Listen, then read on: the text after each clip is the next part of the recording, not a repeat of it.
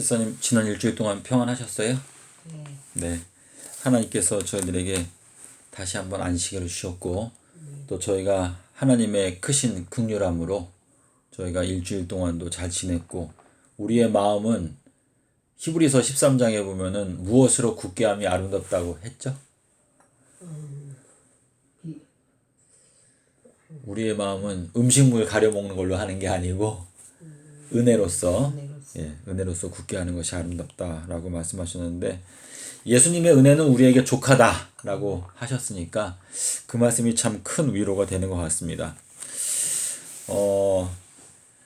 이사야서 46장에 보면 중요한 말씀 가운데 하나가 내가 종말을 언제부터 구했다고 그랬죠? 태초부터. 종말을 처음부터 구했다. 네, 그거 여기 저기다가 아까 저기 해놨는데 내일 아침에 보내시려고? 그러셨구나.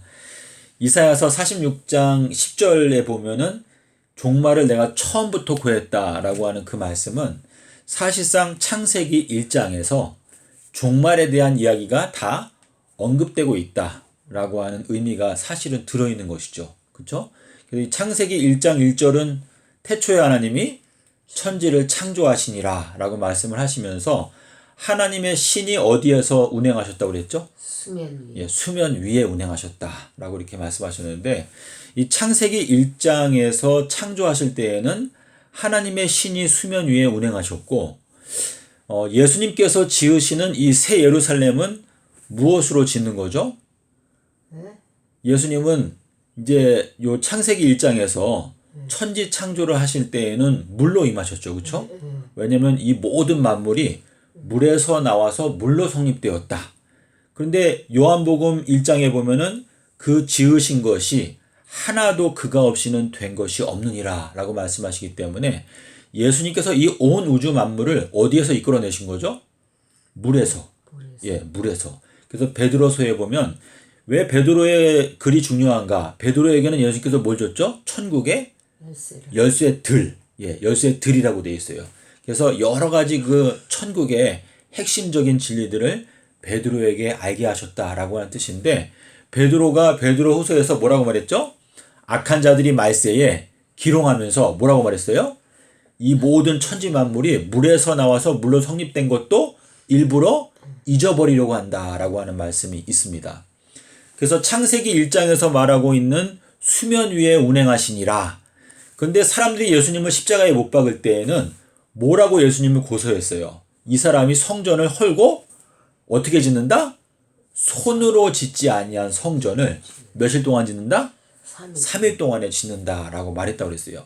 그러니까 예수님께서는 이 물질계의 천지도 창조하셨고 그리고 새 예루살렘이라고 하는 특별한 도성도 창조하시는데 이 둘 다 예수님께서는 건축하시는 분이신데 첫 번째 언약에 속해 있던 것은 그분의 말씀으로 지으신 천지 창조이고 그리고 두 번째 새 예루살렘은 물로만 창조하시는 게 아니고 뭐로?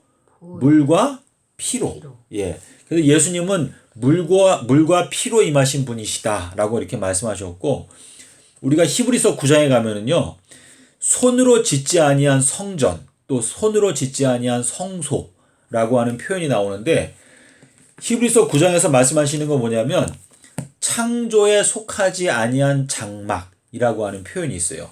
그러니까 우리가 쉽게 말하면 주님께서는 이 마지막 종말을 창세기 1장에서 그 비밀을 다 설명해 놓으셨는데 창세기 1장이 설명하는 건 무엇인가 하면 물로 창조한 천지 창조를 설명하시면서 그와 동시에 물과 피로 완성되는 이 지구 역사의 7,000년 역사를 또한 설명하신다 라고 하는 의미가 거기에 들어있는 것이거든요. 근데 예수님께서 창세기 1장 2장에서 에덴 동산을 어디에다 창설하셨다고 그랬죠? 동편에. 그렇죠? 동방에 또는 동편에 이렇게 지금 말씀하시고 있는데 지금 천지 창조를 지금 에덴 동산이 있고 그리고 이제 하나님께서 지금 에덴 동산이 망가지게 되니까 다시 창조하시는 게 뭐죠? 새 예루살렘. 새 예루살렘. 근데 이 새 예루살렘이 완성됐을 때 계시록 21장에서 뭐라고 말했죠? 처음 하늘과 처음 땅이 없어졌다. 그건 뭐예요? 천지가 없어졌다라고 하는 뜻인데 창세기 1장 1절에서 태초에 하나님이 뭘 창조했다고 말하죠? 천지를 창조하시니라. 여기서 이제 창세기 1장 1절에서 천지를 창조하셨다라고 말했는데 새 예루살렘이 완성될 때에는 처음 하늘과 첫 번째 천지가 어떻게 되었다? 없어졌다라고 말하면서 이제는 새 하늘과 새 땅을 보았다라고 이렇게 말씀하시고 있거든요. 그래서 우리가 알 수 있는 것은 창세기 1장이 설명하는 것은 하나님께서는 창조주이신데 그게 예수님의 역할인데 예수님께서는 천지 창조를 하셨고 그것이 첫 번째 언약에 속해 있었던 이 천지였어요.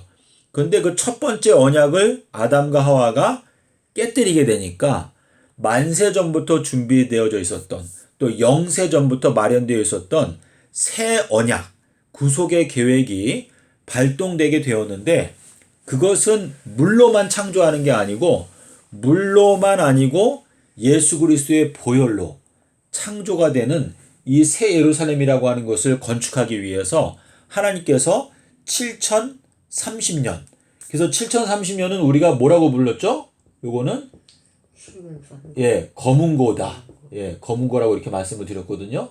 그래서 검은고에 해당되는 단어가 7030인데 우리가 시편 49편에 가면 비유를 내가 듣고 그 다음에 그 비유의 말씀을 내가 깨달은 다음에 검은고를 연주하면서 내가 오묘한 것들을 내가 이제 밝혀주겠다라고 하는 말씀이 있어요. 그래서 지금 주님께서 비유의 말씀을 통해서 우리에게 이 첫 번째 언약에 속해 있었던 천지 그리고 두 번째 새 언약에 속하는 새 예루살렘을 우리한테 깨닫게 해주시는 건데 이것을 일주일이라고 하는 시간 단위를 우리한테 주심으로 말미암아 지구 역사의 7000년의 예언을 우리한테 깨닫게 해주시는 것이죠. 그렇죠? 근데 이제 에덴 동산을 동쪽에다 창설했다라고 하는 그 말은 에덴이라고 하는 요 단어의 뜻이 뭐예요? 요거는 이제 기쁨이라고 하는 뜻이거든요. 기쁨. 자, 이 기쁨이라고 하는 것은 하나님께서 예수님을 보고 뭐라고 말했어요? 너는 내가 사랑하는 자고 내가 기뻐하는 자다. 이렇게 말씀하셨는데 그 말씀은 하나님께서 예수님을 기뻐하시고 사랑하신다. 그런데 에덴 동산을 동쪽에다가 창설하신다라고 하는 이 말씀은 사실상 이 마지막 때 주님의 재림이 가까워오게 될 때 그분께서 기뻐하시는 무리들을 동쪽에다가 마련하신다 라고 하는 의미가 거기에 이제 들어있는 것이거든요. 그래서 에덴이라고 하는 것이 기쁨이라고 하는 뜻인데 동쪽에다가 에덴 동산을 마련하신다라고 하는 것은 동쪽 편에 하나님께서 기뻐하시는 자들을 두신다라고 하는 의미가 거기에 이제 들어있는 것이죠. 그래서 예수님께서 재림하실 때의 모습이 번개가 어디에서? 동쪽에서 발생해가지고 그 빛이 어디까지 비춘다? 서쪽까지 비춘다 라고 이렇게 말씀하시고 있는데 성소 제도를 봐도 문이 어느 쪽에 있죠? 동쪽에 있죠. 그래서 하나님께서는 동쪽으로 들어오셔서 서쪽으로 이동하신다. 이것이 주님께서 재림하시는 순서이기 때문에 동쪽에서 해 돋는 곳에서 하나님의 인을 갖고 있는 천사가 올라온다. 이렇게 말씀하시고 있고 또 화인 여사는 예수님께서 재림하실 때 동쪽에서 뭐가 일어난다고 그랬죠? 손바닥 반만한 구름이 일어나게 되면서 그게 점점 가까이 다가오게 될 때 그 구름 속에 누가 보인다고 그랬죠? 예수님께서 이제 우리의 눈에 보이게 된다. 이렇게 이제 재림의 모습을 표현하고 있습니다. 그래서 지금 이 기쁨이라고 하는 요 단어가 사실상 우리에게 주시는 새 이름이나 다름없거든요. 그래서 이사야서 62장에 보면은 새 이름이 뭐였어요? 헵시바. 그렇죠? 헵시바. 헵시바의 이름이 뜻이 뭐였죠? 그녀 안에 나의 기쁨이 있다. 라고 하는 말씀인데 예수님께서 이 땅에 살아계시는 동안에 너는 내가 사랑하는 아들이고 내가 기뻐하는 자다. 몇 번이나 말씀하셨어요? 2번 말씀하셨죠? 한 번은 침례받고 물에서 올라오셔서 간절히 기도하실 때 하늘이 어떻게 됐죠? 하늘이 갈라지면서 비둘기 성령이 내려오면서 소리가 났죠. 이는 내가 사랑하는 아들이고 내가 기뻐하는 자다. 이렇게 말씀하셨고, 그리고 또 한 번은 언제죠? 예수님께서 변화산에 올라가셨을 때. 이 변화산에 올라가신 시점은 예수님의 공생의 몇 번째 해였죠? 예, 세 번째 해. 그러니까 29년도, 서기 29년도에 예수님께서 변화산에 3명의 제자를 데리고 함께 올라가셨을 때 구름 속에서 소리가 났죠. 이는 내가 사랑하는 아들이고 내가 기뻐하는 자니까 너희들은 내 아들의 말을 들어라. 이렇게 말씀하셨어요. 그래서 예수님께서 기쁨이라고 하는 이름을 받으신 것인데 그 예수님의 새 이름이 셉시바다라고 하는 뜻인데 우리 빌라델피아 교회에 보내는 그 기별에 보면은 뭐라고 말씀하셨죠? 나의 새 이름을 너한테 어떻게 하겠다? 기록하겠다 라고 말씀하셨어요. 그러니까 우리들도 결국은 하나님께서 기뻐하시는 자들이 된다 라고 하는 뜻이죠. 예수님께서 어떻게 했을 때 기뻐하는 자라고 하는 이름을 받은 거예요. 침례를 받으시고 그리고 간절히 기도하실 때 그때 하늘이 갈라졌어요. 그러면서 기뻐하는 자다라고 하는 이름을 받았는데 우리들도 예수님과 같이 똑같이 이제 기뻐하시는 을 받은 자다라고 하는 이름을 저희가 이제 받게 되는 것이 되겠습니다. 이사야서 46장 10절에 있는 말씀 아까 우리 시작할 때 잠깐 말씀을 드렸는데 요 성경 구절을 제가 자세하게 보니까 좀 새로운 의미가 있어서 그걸 좀 말씀을 드릴게요. 10절에 보면 내가 종말을 처음부터 고하며 아직 이루지 아니한 일을 옛적부터 보이고 이르기를 나의 모략이 설 것이니 내가 나의 모든 기뻐하는 것을 이루리라 하였노라. 자, 우리 여기 10절에 보면은 옛적부터라고 하는 단어가 있죠. 근데 요 옛적부터라고 하는 요 표현을 원어를 보게 되면은요. 동편에서라고 되어 있어요. 그래서 지금 에덴 동산, 자, 에덴 동산을 창설하신 내용이 창세기 2장 8절에 나오거든요. 그래서 동방에 하나님께서 동방에 무엇을 창설하셨다? 에덴, 기쁨의 동산을 창설하셨다라고 하는 이 말은 사실상 이 지구 역사 마지막에 자, 지금 여기 태초라고 하는 말이 나오죠. 여기 태초. 그렇죠? 자, 근데 이 태초라고 하는 말이 어디에 또 나오죠? 여기에는 마가복음 1장 1절에 보면 뭐라고 나오죠? 예수 그리스도의 복음의 태초라라고 나와요. 태초라. 여기에도 태초라고 하는 말씀이 나오는데 자, 요한복음 1장 1절에 뭐라고 나오죠? 태초에 말씀이 계시니라. 여기에도 태초가 나와요. 그래서 우리가 알 수 있는 거는 이 첫 언약에 속해 있었던 이 에덴 동산을 창조하실 때에도 태초에 하나님이 천지를 창조하시니라라고 말씀하셨어요.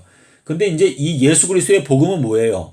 물로만 창조하는 게 아니고 물과 피로 임하신 예수 그리스도의 권능으로 이제 새 예루살렘을 창조하기 위해서 7030년을 마련해 놓으셨는데 그것을 창조하시는 데 있어서 여기 마가복음 1장 1절에 보면 태초에 예수 그리스도의 복음의 태초라. 여기 요 태초라고 하는 단어하고 요한복음 1장 1절에 나오는 요 태초라고 하는 단어가 같은 단어예요. 그래서 우리가 알 수 있는 것은 첫 번째 언약에 속해 있었던 첫 번째 천지 이거는 범죄함으로 말미암아 무너졌죠. 그래서 새 예루살렘이 완성될 때 첫 번째 천지는 없어졌다라고 말하고 있는데 요 새 예루살렘이 결국은 뭐예요? 두 번째 천지예요. 두 번째 새하늘과 새 땅. 그래서 요것을 새하늘과 새 땅이라고 말하는 건데 요것을 창조하기 위해서 마가복음 1장 1절에서 예수 그리스도의 복음의 태초라라고 이렇게 말을 하고 있어요. 그래서 지금 요것은 에덴 동산에서 범죄했을 때 시작된 창조 사업인데 요 내용을 주님께서 십자가 사건이 오셨을 때에도 누구를 보냈죠? 침례 요한을 먼저 보냈어요. 그리고 재림 때에도 누굴 보낸다고 말했죠? 엘리야를 보내겠다라고 말했어요. 그리고 아담과가 범죄할 땐 누굴 보낸 거예요? 아담을 보낸 거예요. 그렇죠? 그래서 지금 우리가 재림 때가 가까워지면서 주님께서 우리한테 말씀하시기를 예수 그리스도의 복음의 태초라라고 말씀하시면서 이제 엘리야를 보내겠다라고 이렇게 말씀하시는 것은 예수님께서 돌아가시던 요 십자가 사건이 있었을 요 기간에는 사실상 태초가 AD 26년도에 침례 요한이 외쳤을 때 그때가 결국은 태초나 다름이 없는 거예요. 왜냐하면 마가복음 1장 1절 2절에 가면 뭐라고 말하죠? 이사야의 글에 말한 바 내가 나의 사자를 먼저 보내겠다 이렇게 말씀하셨거든요. 그래서 요 재림 때가 가까이 왔는데 우리들은 보통 생각할 때 우리들은 태초랑은 상관이 없다 이렇게 생각할 수도 있는데 하나님께서 보시는 관점에서는 지금 이 마지막 재림이 가까울 때 사는 우리들에게 있어서 태초가 되는 시점은 2022년도를 의미한다 라고 하는 의미가 여기에 함께 들어있거든요. 그래서 우리들은 사실상 창세기 1장 26절에서 뭐라고 말했어요? 우리가 우리의 형상을 따라 뭘 만들자? 사람을 만들자라고 말했어요. 근데 이 사람이라고 하는 단어의 반대말이 뭐죠? 짐승. 그래서 우리가 예레미야서 31장에 보면 내가 사람의 씨앗과 짐승의 씨앗을 심겠다라고 이렇게 말씀하셨고 우리가 이제 신약 성경에 와도 뭐가 있어요? 이성이 없는 짐승과 같은 존재들이 있고 짐승의 표를 받는 사람들이 있고 또 하나님의 아들들 또 사람의 아들들이 이렇게 있거든요. 그래서 지금 주님께서 말씀하시는 여기에 우리가 우리의 형상을 따라서 사람을 만들자라고 하는 이 말은 집사님이나 저와 같이 우리들한테 하시는 말씀이에요. 그래서 우리가 지금 손으로 짓지 아니한 새 예루살렘이라고 하는 이 성전을 건축하는 데 있어서 하나님, 우리의 아버지는 누구시죠? 예수님이시죠. 그렇죠? 그래서 이사야서 9장 6절에서 뭐라고 말했죠? 한 아기를 우리에게 주신 바가 되었는데 그의 어깨에는 정사를 메었고 그의 이름은 기묘자라 모사라 전능하신 하나님이라 영존하시는 아버지라 또 평강의 왕이라 이렇게 말씀하신 것은 예수님이 결국은 우리를 지으신 분이기 때문에 우리의 아버지가 되시는 건데 예수님께서 오늘날 우리한테 하시는 말씀이 뭐냐면 우리가 우리의 형상을 따라 우리의 모양대로 우리가 사람들을 건축하자라고 하는 말씀을 하시는 것인데 이 건축이라는 건 뭐예요? 예수 그리스도 안에서 서로 벽돌이 되어서 예수 그리스도의 몸의 각 지체로서 함께 건축이 되어져 간다라고 하는 뜻으로 저희들한테 말씀을 하시는 것입니다. 그래서 우리 여기 이사야서 46절에 보면은요. 내가 동편에서 이 동쪽 우리가 대한민국에 살고 있다 보니까 지금 하나님의 뜻은 이제 우리한테 적용하기 위해서 생각을 한다면 주님께서 이 마지막 때에는 어떻게 하신다는 뜻이에요? 아직 이루어지지 아니한 미래에 속한 일들을 동쪽에서부터 이제 이거를 선포하겠다, 알리겠다라고 하는 말씀을 이사야서 46절 10절에서 하시는 건데 요 말씀이 사실상 마태복음 24장에서 번개가 동편에서 나서 자 번개는 어디에서 나오는 거죠? 하나님의 보좌에서 나오는 진리의 광채를 말하거든요. 그래서 계시록 4장 5절에 뭐라고 말했죠? 하나님의 보좌에서 무엇이 흘러나온다? 번개와 뇌성과 음성이 흘러나온다. 이렇게 말씀하시고 있기 때문에 지금 번개가 동쪽에서 번쩍여서 서쪽까지를 비춘다라고 하는 그 말씀은 주님께서 이 하나님의 보좌에서부터 흘러나오는 진리의 광선을 동쪽에서 비추게 하시겠다라고 하는 의미가 들어있거든요. 근데 지금 여기 번역하는 분들이 아직 이루지 아니한 일을 옛적부터라고 번역을 했는데 요게 원어를 보게 되면 옛적이라고 하는 표현이나 동편이라고 하는 표현이나 같은 표현이에요. 그래서 여기 에덴 동방, 요 동방이라고 하는 요 단어가 여기에 나오는 옛적부터라고 하는 단어랑 같은 단어인데 아기 예수님이 태어나셨을 때 어디에서 새 명이 왔죠? 동쪽에서, 동방에서 그 가장 기쁜 좋은 소식을 동쪽에서 갖고 왔어요. 그건 뭐냐면 이 마지막 때에도 동쪽에서 하나님의 일꾼들이 별을 보고 별은 사실상 예수 그리스도죠. 나는 광명한 새벽별이다 라고 말씀하셨는데 새벽별이란 뜻이 뭐냐면 가장 먼저 비추는 별이다 라고 하는 뜻인데 예수님은 처음이고 뭐예요? 마지막이시죠. 그래서 예수님은 가장 처음이 예수님이고 가장 마지막이 예수님인데 침례 요한이 예수님을 소개할 때 어떻게 말했죠? 나의 뒤에 오시는 분은 어떻다고 그랬어요? 나보다 먼저 계시다 라고 말했어요. 그러니까 이거 뭐냐면 예수님은 처음이고 마지막이기 때문에 그 사이에 사는 모든 존재들에게 있어서 예수님은 먼저 계신 분이시고 예수님은 가장 마지막에 계신 분이에요. 그러니까 예수님은 어떻게 보면은 나의 뒤에 오시는 분도 예수님이시고 나보다 먼저 계신 분도 예수님이세요. 그래서 다윗이 예수님에 대해서 뭐라고 말했죠? 내 주님이시오. 자, 예수님이 다윗의 후손임에도 불구하고 다윗이 예수님을 말할 때 나의 주님이시다라고 말한 것은 예수님의 근본이 언제죠? 상고의 태초다라고 말했어요. 그래서 계시록에 보면은 나는 알파와 오메가요 처음과 마지막이요 나중과 시작과 끝이다라고 이렇게 말씀하시는 것은 예수님은 모든 생존 세계의 시작이시고 그리고 모든 역사의 끝이다.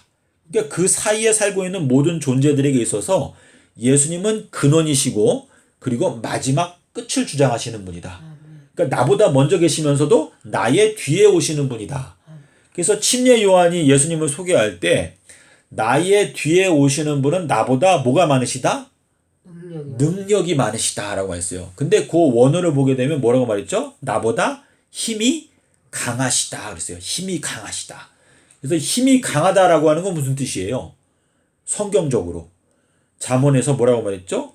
지혜가 있는 자는 강하고 지식이 있는 자는 힘을 더한다. 가브리엘 천사가 다니엘한테 와서 예수님께서 다니엘한테 뭐라고 말했죠? 강건하라 강건하라. 그거는 여호수아한테도 그렇게 말씀하셨는데 너는 마음을 강하게 하고 담대히 하라.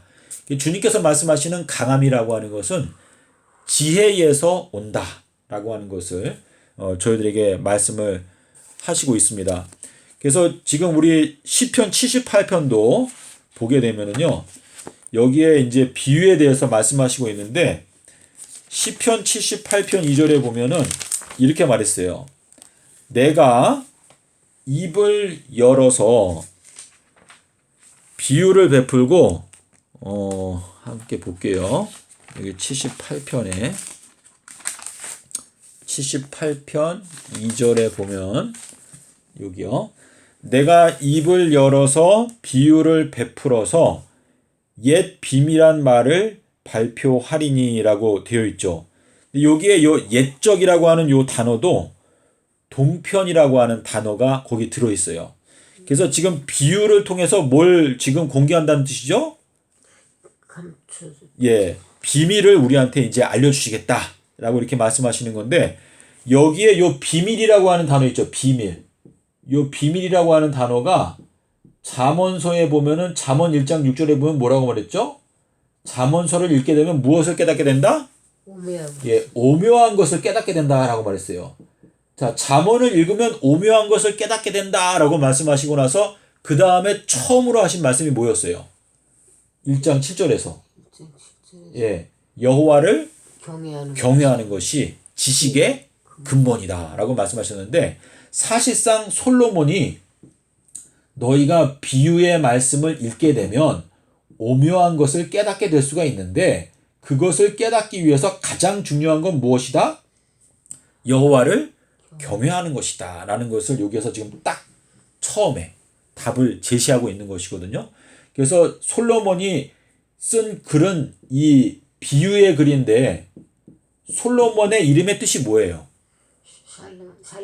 살렘, 그렇죠? 솔로몬이라고 하는 그 이름 자체가 뭐예요? 완전하다, 예, 완벽하다라고 하는 뜻인데 이 완벽한 솔로몬이 비유서를 쓰면서 너희들이 어떻게 하면 오묘한 것을 깨달을 수 있는가 그것을 고민하고 있지만 가장 핵심적은 무엇이다?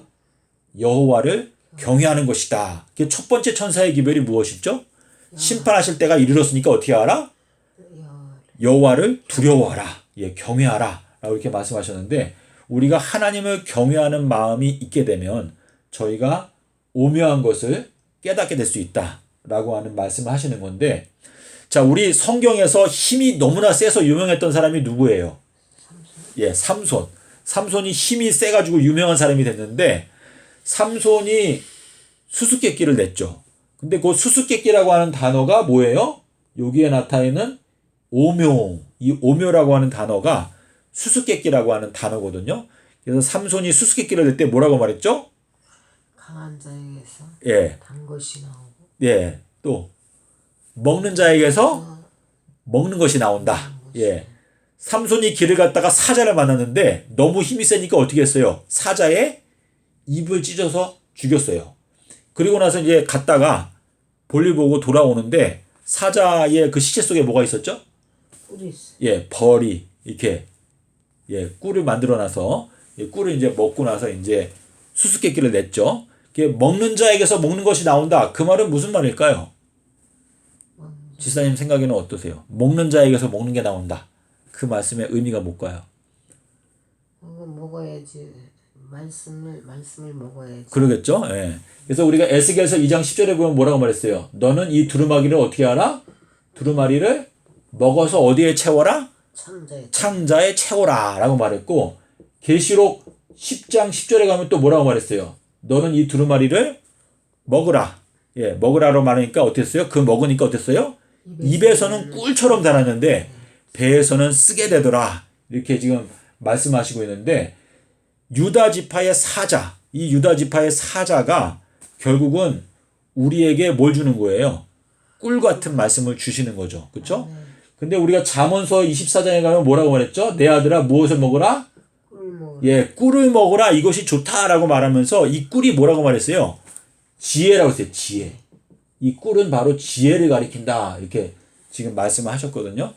그래서 지금 예수님께서 우리에게 하시는 말씀은 뭐냐면, 태초에 예수님께서 천지를 창조하시는 그 모습 속에는 지혜가 들어있다 라고 하는 말씀이신데, 에덴 동산의 한가운데 뭐가 있었어요? 생명나무도 있었고 또 선악을 알게 하는 나무도 있었어요. 자, 그러면 그게 에덴 동산 중앙에 있었다. 이게 무슨 뜻일까요? 에덴 동산 중앙에? 예, 에덴 동산의 중앙에 생명나무도 있고 선악을 알게 하는 나무도 있었다라고 하는 그 말씀이 뜻하는 것이 무엇일까요? 자, 예수님께서 아기 예수님이 태어나셨을 때 이사야서 7장을 한번 펴볼게요. 이사야서 7장 15절에 가서 보겠습니다.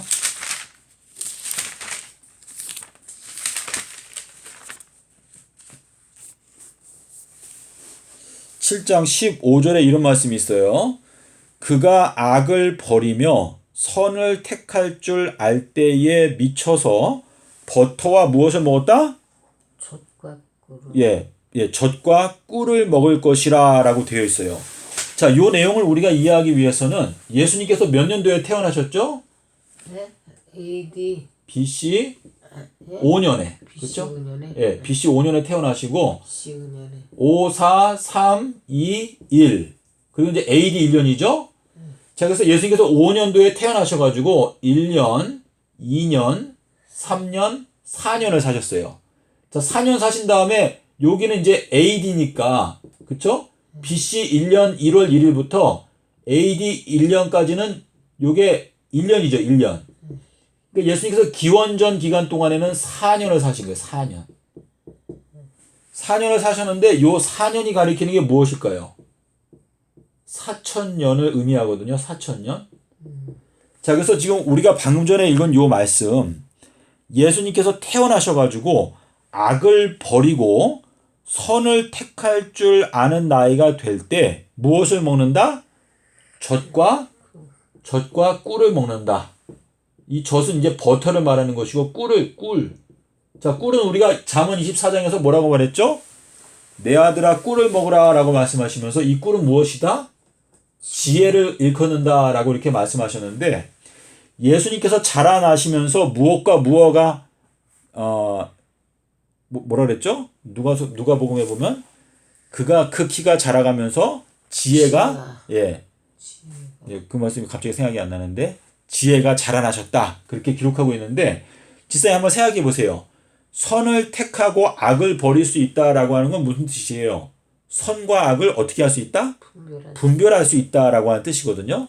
그래서 지금 여기에서 말씀하시는 건 뭐냐면, 에덴 동산의 한 가운데에 선악을 알게 하는 나무가 있다라고 하는 그 말씀은 우리 인간 전체 7030년 동안 사는 우리 인간들 전체가 선악과 열매를 따먹게 되면서 선과 악을 알게 되는 나이는 사실상 예수님의 십자가 때 이루어진 거예요. 아멘. 결국은 우리 인간이 하나님께서는 우리를 아가페 사랑하시거든요. 그러니까 우리가 생각할 때는 하나님의 사랑이 어떻게 보면 이해가 안 갈 수도 있는데 하나님은 우리들을 아가페적으로 사랑을 하시기 때문에 아담과 하와에게 모든 걸 다 주셨어요. 동산에 있는 모든 건 다 너희가 마음대로 너희가 취할 수 있다. 하지만 딱 한 가지 이 모든 걸 만드신 창조주는 너희가 분석하려고 하지 말아라. 창조주가 어떻게 생겨났을까? 창조주가 어떻게 스스로 있을 수가 있지? 이건 우리가 이해할 수 없는 거예요. 우리는 피조물이기 때문에 창조주가 어떻게 스스로 존재할까? 이건 우리가 이해할 수가 없거든요. 근데 그거를 우리가 분석하려고 하게 되면 그거는 선악과를 따먹는 것인데 이것이 바로 예수님을 십자가에 못 박은 사건이거든요. 그래서 우리가 창조주께서는 우리에게 모든 걸 다 주시지만 창조주 자신의 목숨을 빼앗고자 하는 정신은 너희가 갖지 말아라 라고 하는 의미인데 우리가 그것을 범죄한 게 바로 십자가 사건이었어요. 그래서 창세기 2장에서 에덴 동산의 한가운데에 선악을 알게 하는 나무가 있다 라고 하는 그 말씀은 지금 이 4000년이라고 하는 기간이 지나가게 되면서 이제 우리가 예수님의 십자가를 보게 될 때 젖과 꿀을 이제 배우게 된다, 먹게 된다 라고 하는 의미가 여기에 들어있는 것이거든요. 그래서 지금 이 에덴 동산의 한가운데에 두 가지 나무가 있죠, 집사님. 그렇죠? 하나는 뭐예요? 선악을 알게 하는 나무. 그렇죠? 또 하나는 뭐예요? 생명나무죠. 근데 예수님께서 제자들한테 이것은 내가 너희들을 위하여 흘리는 나의 피, 언약의 피니까 너희가 이것을 먹으면 어떻게 된다? 영생하게 된다. 이렇게 말씀하셨어요. 그러니까 결국은 이 에덴 동산 한가운데에 선악을 알게 하는 나무도 있고 생명나무도 있는데 이 두 가지 나무가 완성된 것은 십자가에서 완성이 된 거예요. 그 십자가 사건을 통해서 우리들은 피조물로서 무엇을 깨닫게 됐냐면 하나님은 우리를 아가페 사랑하시는 분이신데 우리가 그분의 생명을 취하는 것은 악한 것이다 라는 것을 깨닫게 되면서 우리가 그분의 생명을 취했더니 거기에서 영생이 흘러나왔다 라고 하는 걸 보게 되면서 주님은 스스로 계시고 완전하신 분이시지만 온전히 순결하시다. 순결한 사랑을 갖고 계시다. 그분을 감독하는 사람도 없고 참견하는 사람도 없고 그분한테 너 왜 그런 일 하느냐라고 참견할 수도 없지만 그분은 그분 스스로가 순결하고 완전하신 사랑을 갖고 계시다라고 하는 것이 십자가에서 증명이 된 것이거든요. 그래서 우리가 창세기 1장 2장에서 사실상은 천지 창조의 7030년의 역사뿐만 아니라 주님께서 우리에게 알려주고자 하시는 이 구속의 계획 그리고 새 언약의 비밀 이것까지도 다 태초부터 공개해 놓으셨다라는 것을 저희가 알 수가 있습니다. 그래서 사실상 예수님께서 선과 악을 분별할 수 있는 나이가 되었을 때 젖과 꿀을 먹었다라고 하는 이 말씀은 이 4000년 동안에는 예수님께서 뭘 하신 거예요? 사실상은 금식하신 거예요. 금식. 예수님께서 40일 동안 금식하시고 그 다음에 어떻게 했죠? 시험을 받으셨어요. 그렇죠? 시험을 받으시고 그 다음에는 천사들이 예수님을 수종들었다라고 이렇게 말하고 있는데 지금 요 내용은 지구 역사 7030년을 설명하는 것이거든요. 그래서 4000년 동안에는 예수님께서 금식하셨다. 나의 양식은 무엇이라고 말했죠? 나의 양식은 나를 보내신 분의 뜻을 이루는 것이다.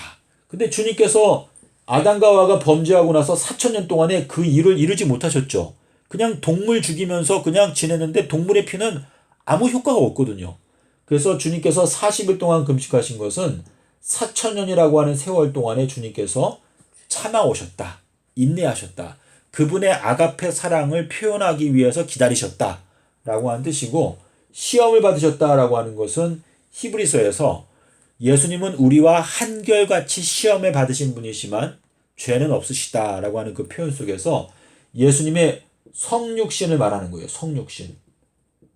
그리고 이제 마귀의 시험에서 다 승리하신 다음에 요한복음 16장 33절에서 뭐라고 말했죠? 내가 세상을 이기었다라고 말씀하셨어요. 그리고 나서 이제 하나님 보좌에 올라가서 앉아 계시니까 아버지께서 뭐라고 말했죠? 내가 너의 원수들이 너의 발등상이 되게 할 때까지 너는 어디에? 나의 오른쪽에 앉아 있으라 라고 말씀하시면서 그 기간 동안에 어떻게 하는 거예요? 천사들이, 이 천사들은 예수님께서 부리는 영이거든요. 바람, 주님께서 부리시는 영 바람들이 우리 인간들 죄인들의 마음 가운데 역사해가지고 주님의 종들을 부르시고 우리들로 하여금 주님을 섬기도록 하신다. 그래서 지금 천사들이 주님을 섬기는 기간은 결국은 3000년의 기간을 의미하는 거예요. 그래서 이 모든 역사가 예수님께서는 기본적으로 모퉁이돌을 완성하신 것이고 그분께서 이 모든 과정을 다 통치하시는데 이 통치하는 과정 속에서 우리가 그 계획의 한 일부분을 감당하게 된다. 그래서 우리가 주님께서 세우시는 새 예루살렘이라고 하는 그 건축물을 건축할 때 우리들도 주님과 같이 협력한다 라고 하는 의미가 지금 여기에 이렇게 들어있는 것이고 이 모든 계획은 사실상 천지창조의 7일 동안의 그 계획을 통해서 우리가 대략적인 하나님의 계획을 창세기 1장 2장에서 다 공개해 놓으셨다 라고 하는 의미가 여기에 들어있는 것입니다. 예, 그래서 지금 비유를 통해서 비유를 검은고를 치면서 이거를 이제 풀어내겠다라고 하는 그 말씀이 결국은 14만 4천인들이 뭐를 깨닫는 14만 4천인들이 검은고 친다. 검은고를 연주한다라고 하는 말씀은 14만 4천인들은 어린 양께 속한 자들이다.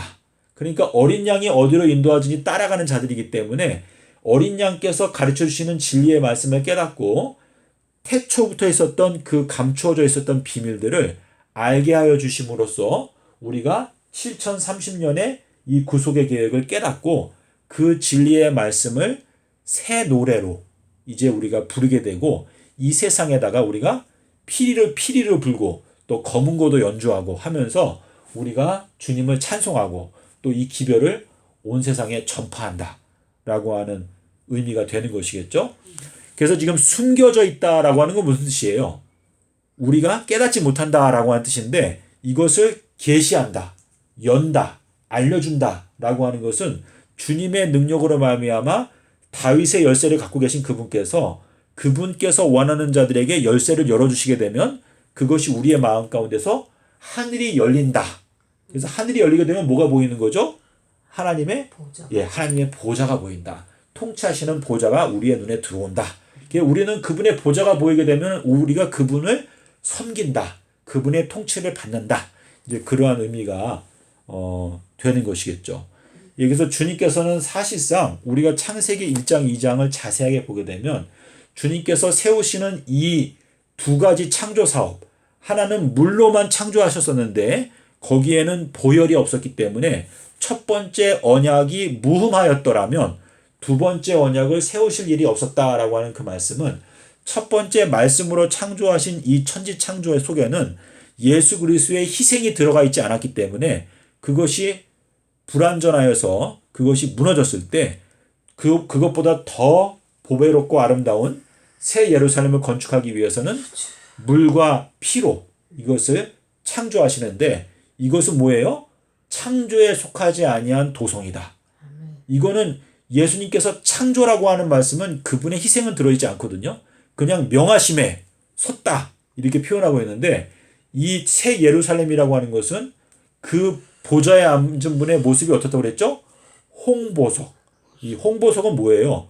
불다라고 하는 뜻인데 예수 그리스도의 희생이 거기에 같이 들어있는 것이거든요. 그래서 새 예루살렘은 무엇과 무엇도 불못에 던져진다고 했죠? 사망. 사망과 음부도 불못에 던져진다라고 하는 그 말씀은 예수 그리스도의 보혈이 창조 사역에 사용될 때 그 도성은 완벽한 도성이 되기 때문에 말 그대로 이 평화의 도성, 완벽한 도성이 창조되면서 사망과 음부도 영원히 멸망하게 되는 도성의 창조가 이루어지고 우리가 거기에 구성원이 된다. 그래서 결국은 우리들을 뭘로 부르시는 거예요? 어린 양의 아내로 불러주신다. 그러니까 우리는 예수님의 왕비들이 되는 것이죠. 예, 그래서 그런 놀라운 특권을 저희들에게 허락하여 주신다라고 하는 의미가 되겠습니다. 예, 오늘은 여기까지 하고 저희가 성경 공부를 마치도록 하겠습니다. 감사합니다.